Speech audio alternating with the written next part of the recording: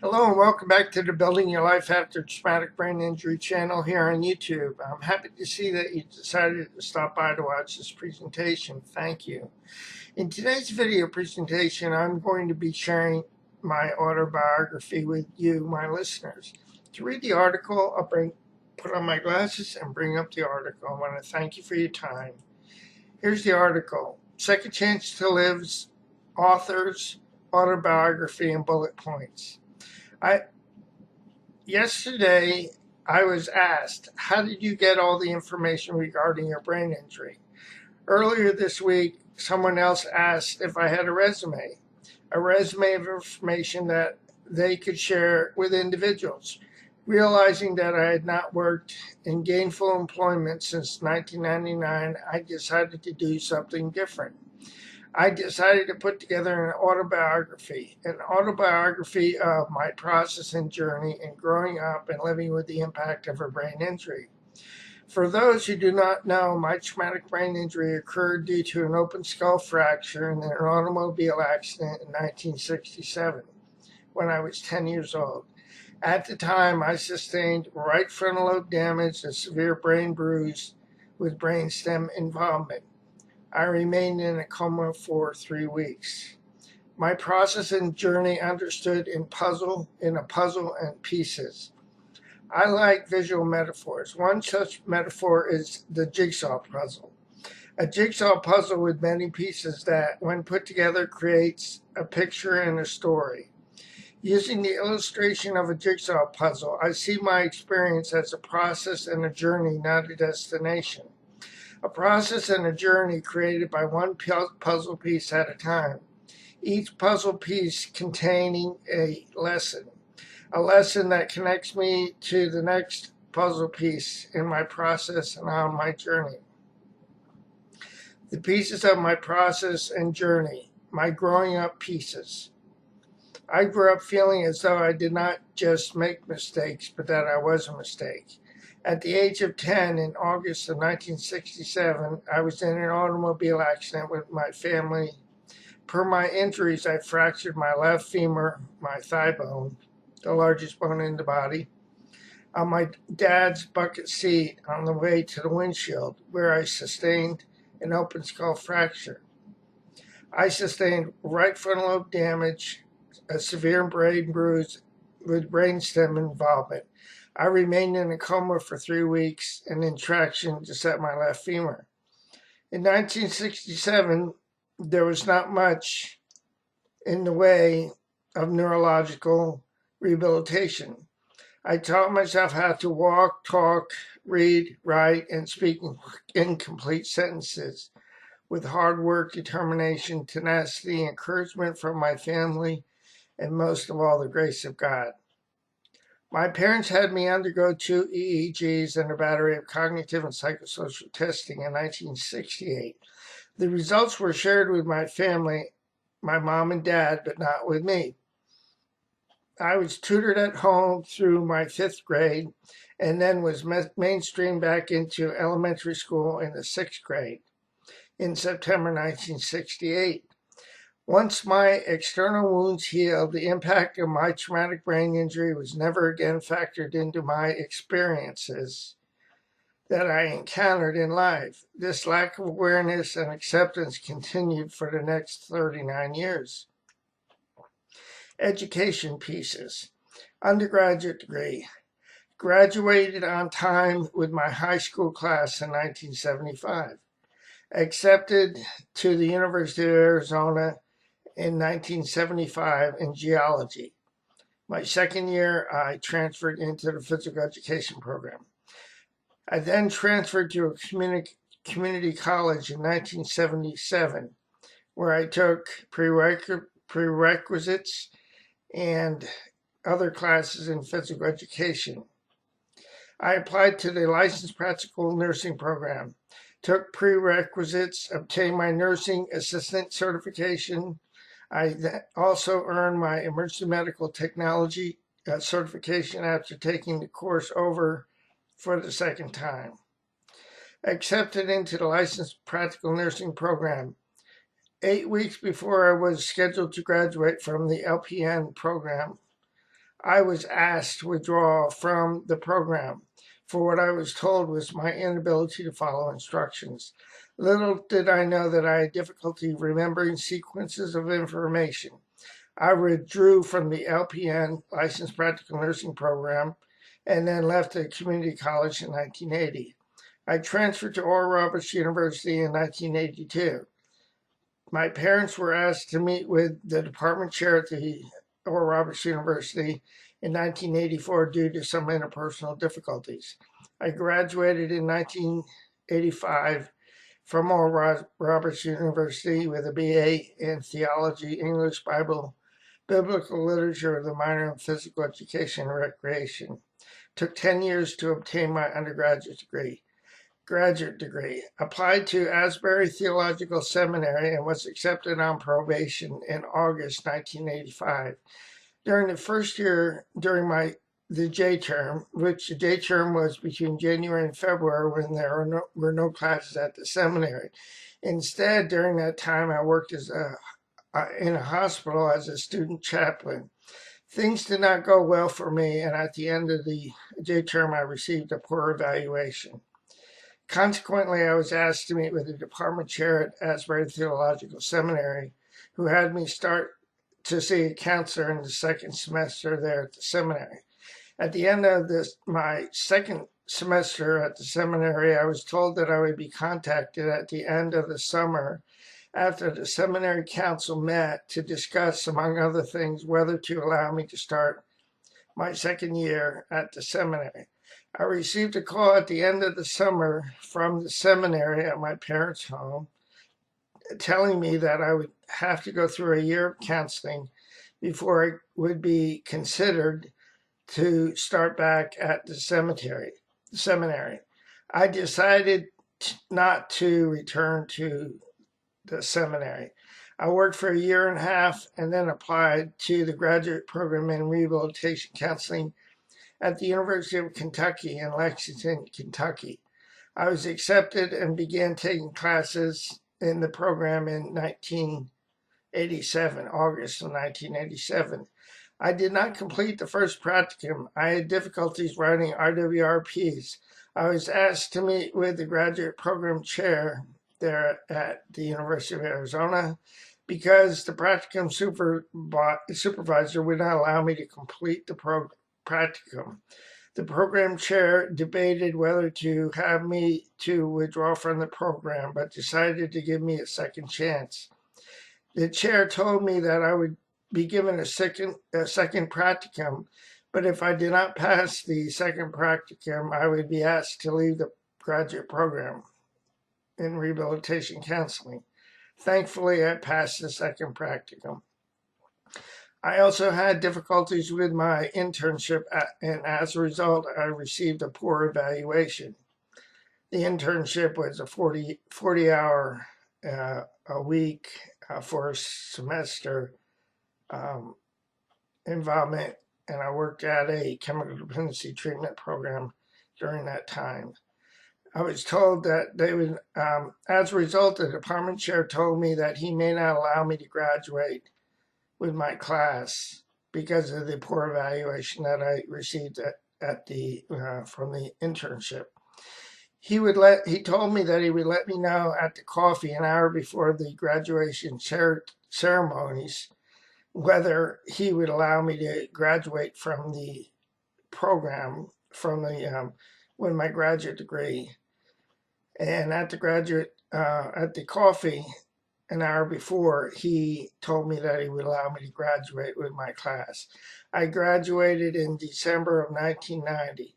I sat for and passed the National Credentialing Exam, which is for the professional certification as a rehabilitation counselor, which is a certified rehab counselor, or a CRC. It took 3.5 years to obtain my it took 3.5 years to obtain my graduate degree. Work life pieces. Fired from many jobs during the course of 25 years.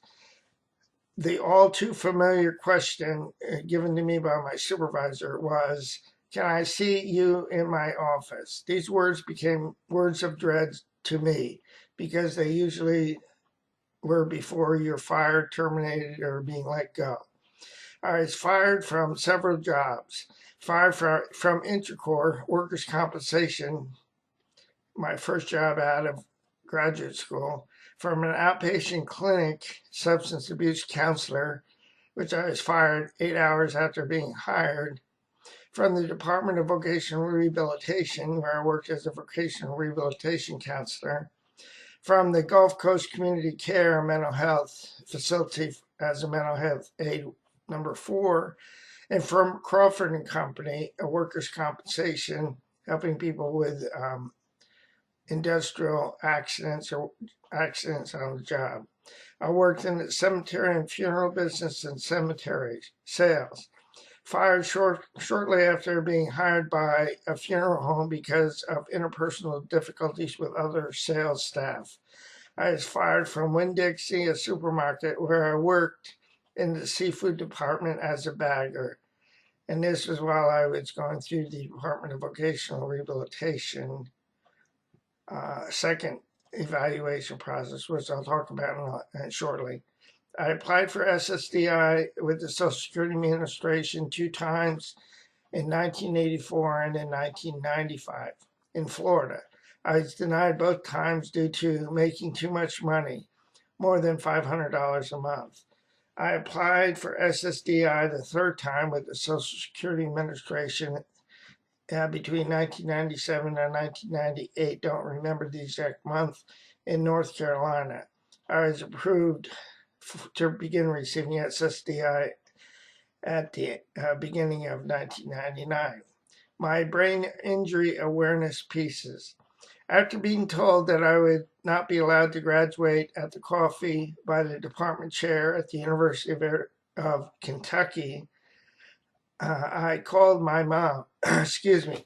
She told me the results from the testing, the EEGs and cognitive psychosocial testing that was done in 1968, revealed that I was not expected to be able to succeed beyond high school academically. After being fired from Intercorps in Lexington, Kentucky, I moved to Florida. I got a job with the Department of Vocational Rehabilitation. Toward the end of my probationary period, I was having difficulties on the job.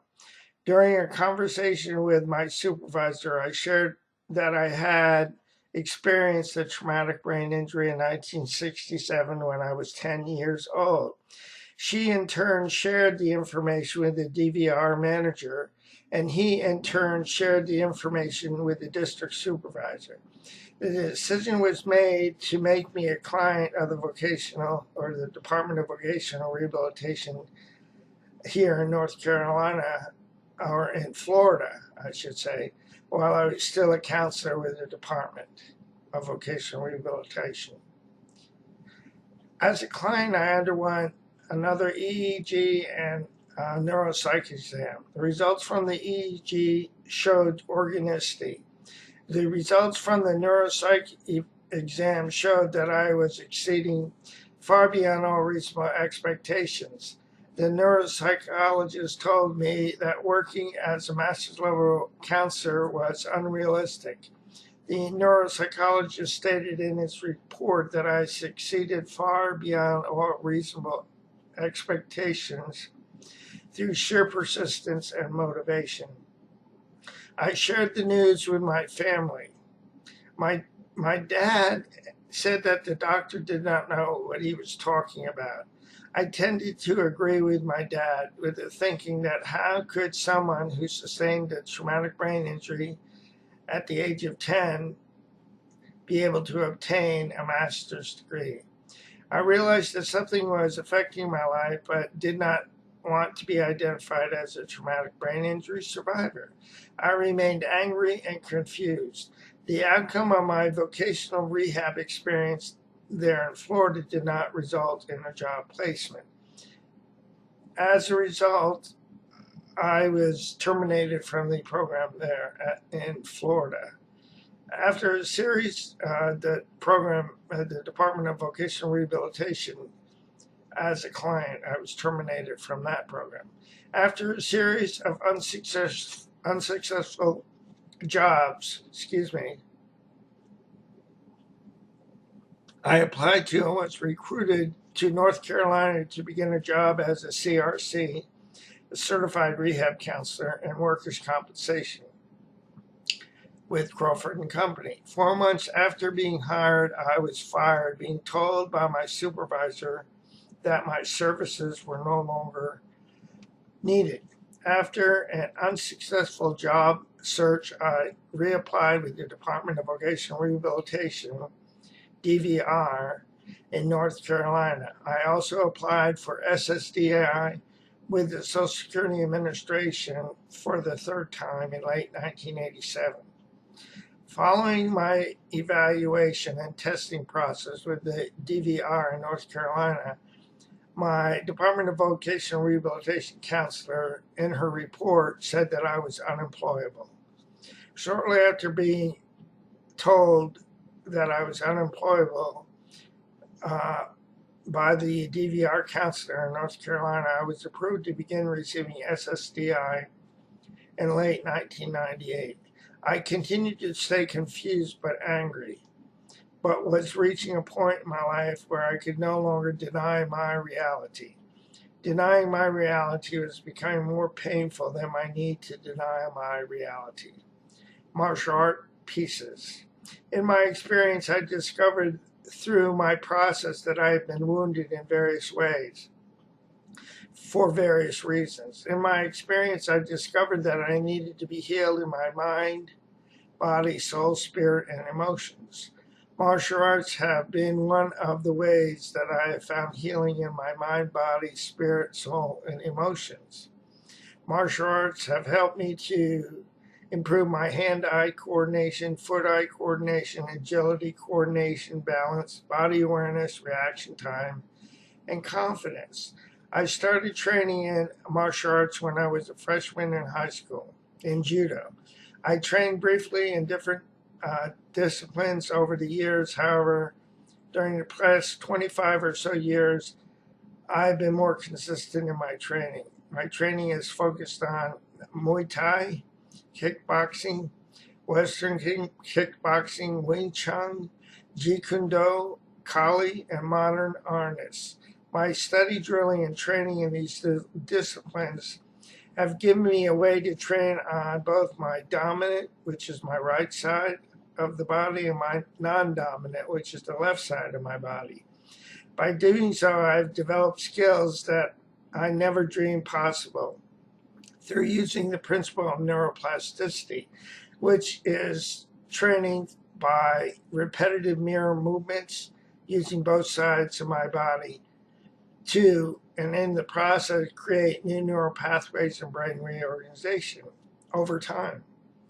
By drilling skills a bazillion times, I've developed muscle memory in my arms, legs, hands, feet, knees, and elbows. Doing so has helped me to use my whole body more efficiently. Use the dominant and non-dominant sides of my body more efficiently. I use my body more efficiently as a martial artist and as an individual living with, as an individual living beyond my training in the martial arts. Through my training in the martial arts, I have learned a life-changing principle. The journey and the process are more important than a ranking or a belt color. As my show sensei had reminded me on many occasions until I learned the lesson, a belt is merely something that holds one's pants up. Tenacity, persistence, perseverance, resilience, desire, focus, commitment, and dedication have all played a role in my developing as a martial artist and in my capacity to develop new neural pathways and brain reorganization. A significant role in my development as a martial artist and an individual. That's what martial arts has helped. Second chance to live pieces. After being declared unemployable and disabled, I entered a period of depression. I felt like someone all dressed up with nowhere to go, although I diligently applied myself to learn through my educational and vocational paths. I spent 6 years after beginning to receive SSDI, to have my food stamps and other people's food stamp limits increased unsuccessfully. At the time, I was only receiving $10 a month, which has not improved much at all since the time. I also advocated getting Medicaid eligibility increased for myself and other individuals. This advocacy was successful. I started writing poems and articles to share what I learned through my experience. After some back pay that I received from Social Security Administration after being deemed or declared disabled, a friend helped me to purchase my first computer. I share more about my experience with this computer in my two-part series, The Backstory of Second Chance to Live.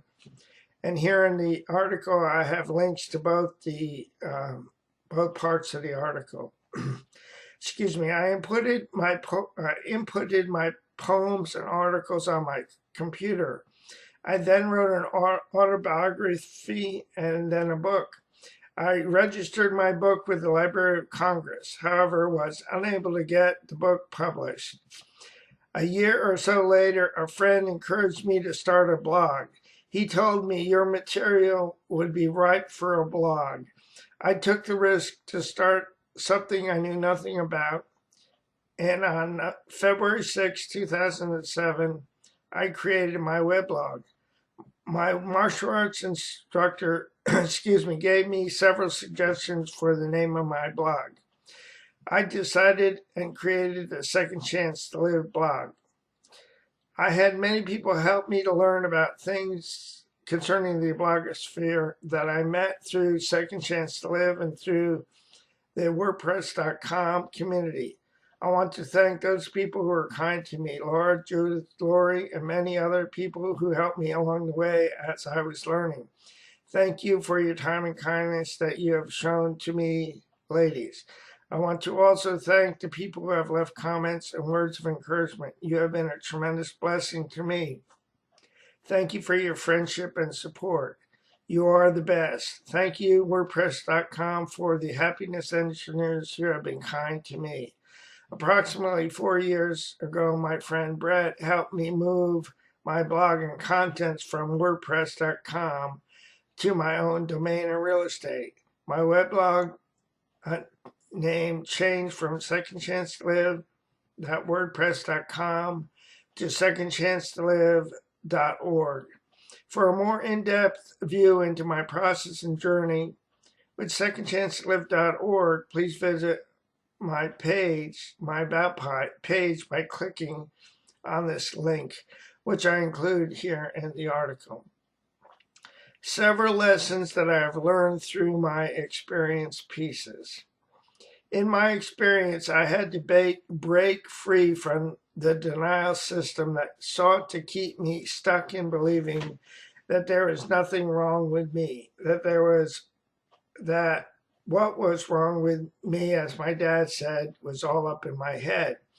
That if I just kept my mouth shut and worked harder, I could overcome my traumatic brain injury. This was the message that I received from my dad and other people, implied or otherwise. I internalized this message and believed that there was something wrong with me. I grew up feeling like a mistake, not that I just made mistakes. I attempted to strive and overcompensate to prove that I was not a mistake, that I was not affected by my traumatic brain injury. Nevertheless, I continued to internalize the difficulties that I experienced throughout my life, as there was something inherently wrong with me. I continued to experience these feelings of shame, that I was a mistake, not that I just made mistakes, until I could no longer deny my reality. And I've written several articles over time that have helped me to explain how I became more aware and realized that I was not a mistake, and to address my shame issues. And I have links to these articles here in the article. Don't talk, don't trust, and don't feel. The 3 rules revisited, consequences, whose shame are you carrying, and displaced sadness. In my experience, I had to reach a point in my life that denying my reality was more painful than my need to deny my reality. Deny the reality that I was impacted by a traumatic brain injury. Deny my reality and attempt to prove that there was nothing wrong with me. In my experience, I found that I had to grieve my reality to be able to accept my reality. I needed to move through the 5 stages of grieving: denial, anger, bargaining, depression, and acceptance. I needed to grieve my reality so that I could begin to accept my reality. I needed to grieve my reality so that I could stop beating up on myself. Stop beating up on myself so that I could find ways that will work for me to empower my life and well-being. I needed to grieve my reality so that I could recognize when I was being bullied, so that I could break free from the denial system that kept telling me and making kept me feeling like a mistake, so that I deserved to be bullied. From feeling like a mistake because of my limitations and deficits, because of my brain injury, so that I could stop fighting against myself while defending the denial system.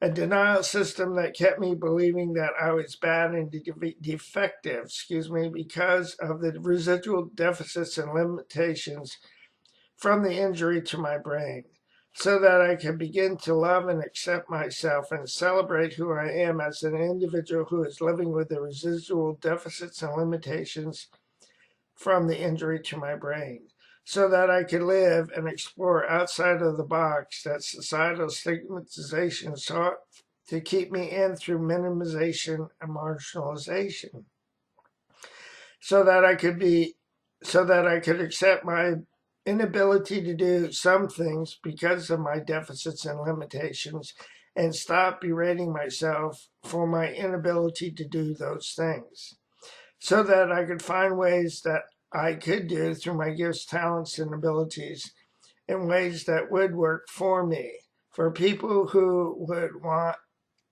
what I had to give, so that I could see my disappointments and disillusionment, so that I could see that the disappointments and disillusionment that I experienced for many years was an important part so that I could see that disappointments and disillusionment that I experienced for many years as an important part of my process, so that I could move from one piece of the puzzle to another and not stay stuck by what I could not change, and in the direction of my destiny. So that I could see that I am not my traumatic brain injury or my invisible disability, so that I could see that my circumstances are a way to build me up and not to keep me down, so that I could begin to trust the process of loving God and myself, so that I could do the footwork and let go of the outcomes of my footwork, so that I could pursue excellence instead of being driven by perfectionism, so that I could accept the things I cannot change the things I can, have the wisdom to know the difference, and then be at peace with that difference, so that I can make peace with loving God and myself, so that I could stop being blamed for what was out of my control. For more information, please read my 2-part article, which I've linked here in the article, Traumatic Brain Injury and the Identified Patient. Life is a process, a journey, not a destination. My job is to learn how to form, my job is to learn how to from various ingredients and then combine those ingredients together to bake various cakes. There is no such thing as failure, only an opportunity to learn. Harness your adversity. With all learning, there is a learning curve. I don't have to have the big picture. The pieces of the puzzle will come together at the right time and in the right order. Switches on the rail of life to help point me in the direction of our destinies. Setups, not setbacks. The process is more important than the destination. Not when, but now. Our circumstances are not meant to keep us down, but they are meant to build us up. Caterpillars and butterflies, elephants, riddle, home runs, strikeouts, and light bulbs, ingredients and baking cakes, tapestries, cracked pots, the power of identification, traumatic brain injury, and suicide. What is more important is that we are learning from what happens to us. We are not victims, living beyond the box that societal stigmatization seeks to place on us through minimization and marginalization. Seeing disappointment, discouragement, and disillusionment as an opportunity. Progress, not perfection. Dreams and destiny. Learning to trust my judgment. Making peace with my past so that my past does not spoil my present. My experiences taught me lessons that prepare me for opportunities. These opportunities provide more experience that teach me lessons. In turn, these lessons prepare me for more opportunities. I believe that collectively, my lessons, experiences, and opportunities are all pieces of the puzzle that are leading me in the direction of fulfilling my dreams and living my destiny. I can do the footwork and trust a loving God with the outcomes. Resources for ongoing brain injury recovery pieces. I've shared this information throughout articles, video presentations, slideshow presentations, ebooks, posters, keynote presentations, and demonstrations. Below are links to these resources. And these are the resources which I have links to here in the article. Easy translator into your own language for Second Chance to Live. 1,815 article and video presentation links with 12 peer support categories. A list of 400 video presentations created to empower the individual, not the brain injury. Second Chance to Live, 20 brain injury recovery slideshow presentations. 24 posters to inspire, encourage, motivate, and empower. Healing, 10 free ebooks after traumatic life events and major physical injury. Limbic system, fight or flight response after brain injury recovery. Building your life after a traumatic brain injury YouTube channel. Navigating life after a series of brain injury playlists, 269 video presentation. Navigating life after a traumatic brain injury playlist, 49 presentation series. Stroke, brain injury, and the benefits of neuroplasticity. 9 habits to benefit from using the principle of neuroplasticity.